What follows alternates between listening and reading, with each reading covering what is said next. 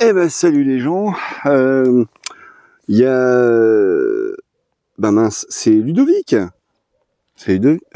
Oui, c'est Ludovic, je crois bien, qui m'a envoyé, enfin qui m'avait demandé, proposé de regarder des vidéos, enfin une vidéo, lui me lançait sur une vidéo, mais j'ai regardé en fait la série concernant des mecs qui se sont lancés le défi de traverser en gros l'Écosse dans des conditions proches, le plus proche possible, de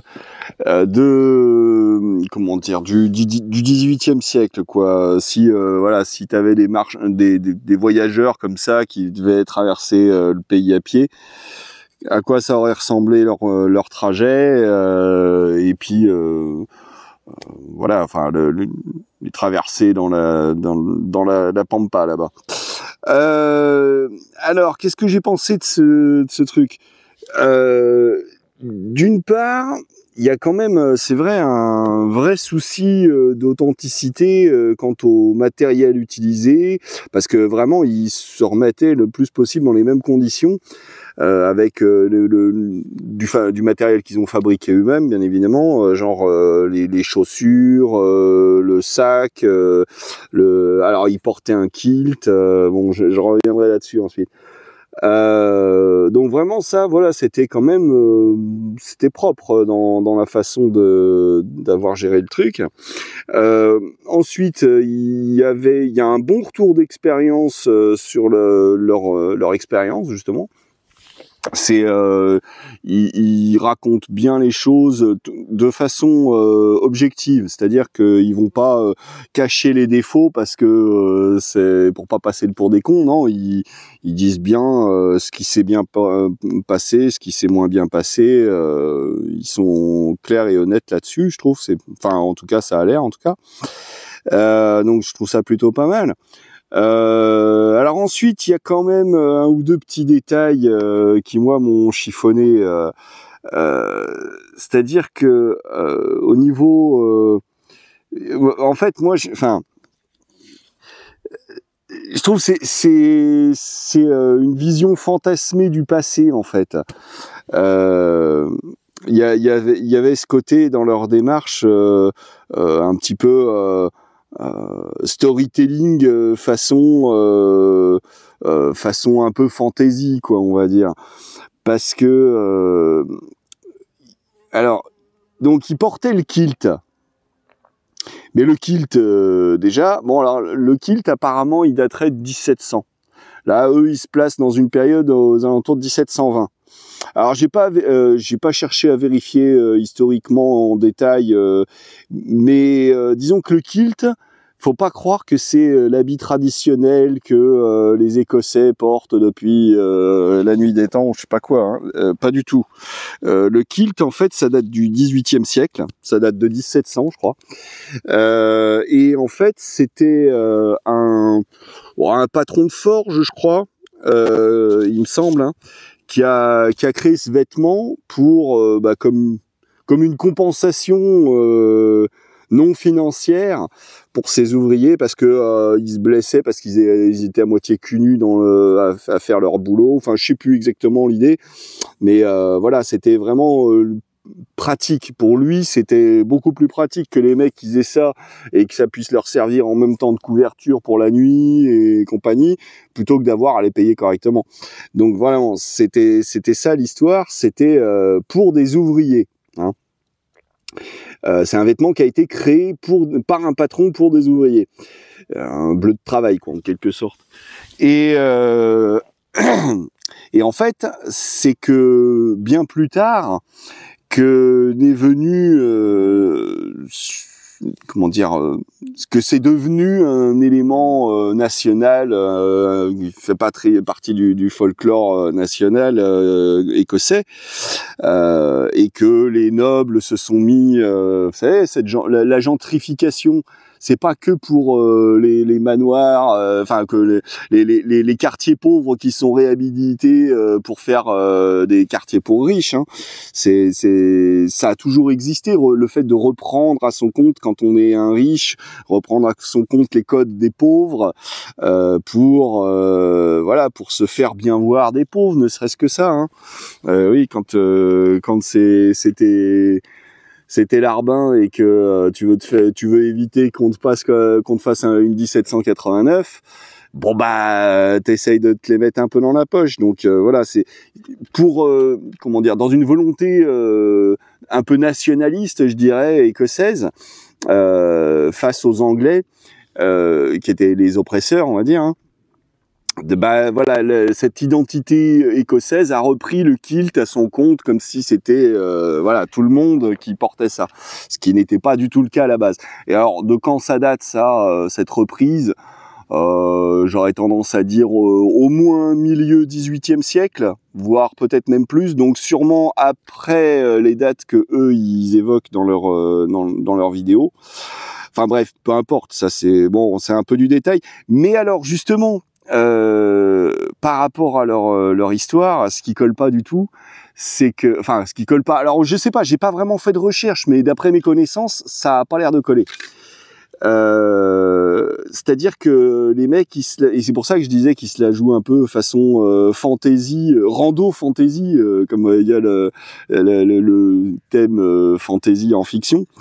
C'est-à-dire que ils se voient un peu comme des chevaliers, bon bah sauf qu'ils sont pas à cheval, mais avec ils ont porté tout le long du chemin une épée, les mecs.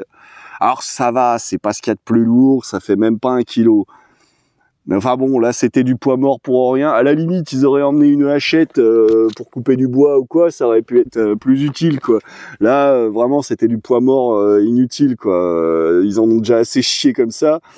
Et d'autant plus que comme je le disais, le fait de porter une épée, c'est un attribut de la noblesse, on va dire. Ou du moins voilà d'une certaine d'un certain échelon social, parce que même les guerriers finalement c'était pas enfin ils avaient une autorité sur le reste de la population, on va dire.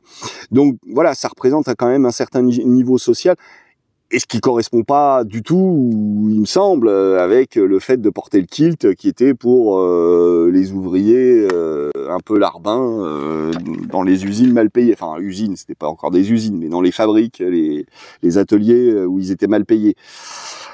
Donc voilà, ça sur le plan historique, purement historique, ouais, voilà, je veux dire, ils avaient besoin de se raconter une petite histoire. Mais ça c'est pas du tout enfin je veux dire moi bon bien sûr que c'était pas fait pour que je copie leur truc, mais moi c'est vraiment pas dans cet esprit-là que je fais mes randos, que je fabrique mon matériel et tout ça. Alors bien sûr qu'il y a ce côté, j'ai vraiment bien aimé moi le côté qu'ils ont eu de vouloir essayer de faire avec des moyens les plus basiques possibles un matériel qui soit le plus efficace possible et qui corresponde en plus aussi au milieu dans lequel ils évoluaient. Et ouais, ça j'ai trouvé ça vraiment intéressant, parce que justement c'est le genre de recherche que moi j'aurais tendance à poursuivre dans cette voie, effectivement. Mais tiens, non, j'ai pas entendu bip. Non. Par contre, il y a une vache qui est juste là derrière, je l'entends. Ouais, ça j'ai bien apprécié. Qu'est-ce qu'il y a eu ? Il y avait un deuxième truc que j'avais trouvé un peu olé olé. Qu'est-ce que c'était ? Il y avait l'histoire du kilt et de l'épée qui chiait dedans. Ouais, et puis bon bah ce côté un peu voilà. Si, il y a quand même ce côté. Voilà, c'était pas n'importe quel troufion. C'était des mecs qui se baladent avec une épée. C'est ouais, comme je disais, ça représente un peu une certaine autorité. C'est pas le troufion quoi. Pourquoi il y a besoin tout le temps de se voir en personnage principal de l'histoire ? Enfin, je sais pas, c'est pas. c'est pas très humble tout ça. Je sais pas, il me semble qu'il y a quelque chose qui déconne là-dedans. Quand les gens ils s'imaginent au Moyen Âge, ils se voient jamais en paysan, en lavandière, en je sais pas quoi. Non, ils se voient toujours en princesse et en marquis. Redescendez les gens, putain. C'est aussi ça, ce genre de comportement là qui fait que comment dire, que quelque part que vous êtes soumis, enfin je dis vous, ceux qui fantasment de cette façon, qui ont besoin de se raconter ce genre de petites histoires comme ça à leur propos, c'est le fait de baver devant les hauteurs qui vous met à leurs pieds. Vous voyez ce que je veux dire? Salut toi, ça va? C'est pour ça, non, moi j'ai pas envie de rêver ce genre de conneries, moi. C'est pas ça qui m'intéresse.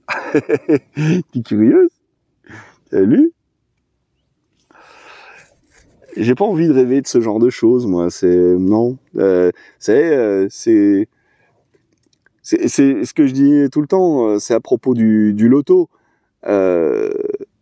Il y a 20 millions de connards qui vont jouer pour un gagnant.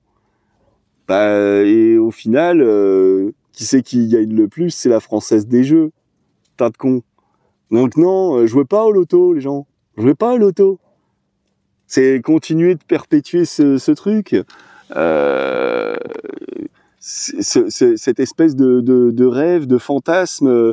Oh là là, oh, si je gagne, oh là là, je vais être tranquille. Et puis les autres, qu'est-ce qu'ils vont Ouais, mais alors donc je gagne au détriment de tous les autres.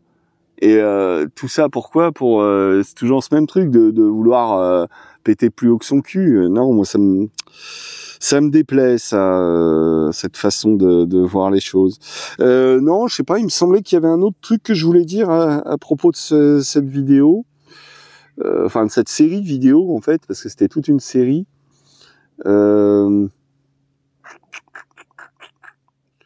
Non, sinon le retour d'expérience, il était intéressant, hein, c'était pas mal. Mais non, j'oublie un truc. Sinon, aussi en détail quand même. Là, je me suis remis à la couture cette semaine. Là, j'ai bien avancé. Là, je vais avoir fini la partie du dessus. J'avais fait le tapis. Maintenant, il me reste toute la partie sac à dos à finir. Et puis bon, coudre le tout ensemble.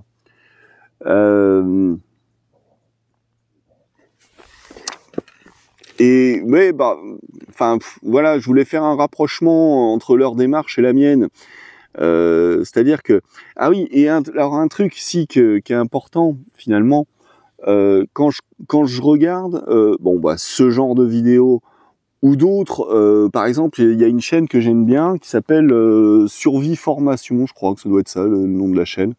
C'est un mec, il est très calé sur le plan technique, c'est un pro, c'est un ancien, alors je sais pas ce qu'il était, s'il était para, s'il était force spéciale, j'en sais rien. Vraiment très très professionnel, très calé dans tous les domaines liés de loin ou de près à la survie et tout ça. Bon, je m'en fais pas des tartines tous les matins, mais c'est pas inintéressant et de temps en temps, ouais, j'aime bien me regarder une vidéo ou deux, quoi. Et mais alors, dans tous ces trucs, la différence entre ma démarche et la leur, c'est l'endurance.